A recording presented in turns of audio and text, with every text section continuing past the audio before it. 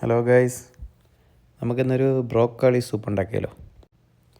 വേറെ 3 ഐറ്റംസ് മതി നമുക്ക് ഈ ബ്രോക്കോളി സൂപ്പ് ഉണ്ടാക്കാൻ. ഒരു സവാള, കുറച്ച് ബ്രോക്കോളി, പിന്നെ കുറച്ച് കാഷ്യൂ നട്ട്സ്.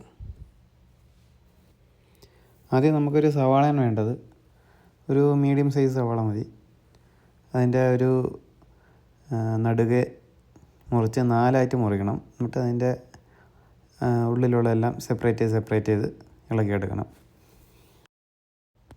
പിന്നെ ബ്രോക്കോളിയും അതുപോലെ തന്നെ കട്ട് ചെയ്തെടുക്കണം. നമ്മൾ കോളിഫ്ലവറൊക്കെ കട്ട് ചെയ്തെടുക്കുന്നത് പോലെ ജസ്റ്റ് കട്ട് ചെയ്തെടുത്തിട്ട് ജസ്റ്റ് ഒന്ന് നല്ല രീതിയിൽ വെള്ളത്തിൽ കഴുകിയെടുക്കണം.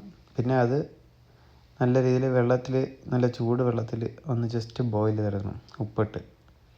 അപ്പോൾ അതിനകത്തുള്ള ഒരു പുഴുക്കളോ അണുക്കളോ എന്തെങ്കിലും ഉണ്ടെങ്കിൽ അതൊക്കെ അങ്ങ് മാറിക്കിട്ടും.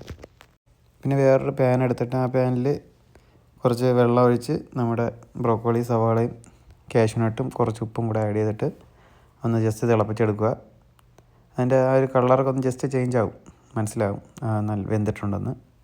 എന്നിട്ട് അത് നമ്മുടെ ഒരു ബ്ലെൻഡറിലോട്ട് മാറ്റി ജസ്റ്റ് നല്ല രീതിയിൽ പേസ്റ്റ് ചെയ്തെടുക്കണം. കുറച്ച് വെള്ളവും കൂടെ ആഡ് ചെയ്ത് ബ്ലെൻഡ് ചെയ്യണം, എങ്കിലേ ആ ഒരു കൺസിസ്റ്റൻസി നമുക്ക് കിട്ടത്തുള്ളൂ. പിന്നെ നമുക്ക് ഒരു സർവിങ് ബൗളിലോട്ട് നമ്മുടെ സൂപ്പ് മാറ്റാം. ഇത് നല്ല ഹെൽത്തി ആയിട്ടുള്ള ഒരു സൂപ്പാണ്. എല്ലാവരും ഒന്ന് ട്രൈ ചെയ്ത് നോക്കുക.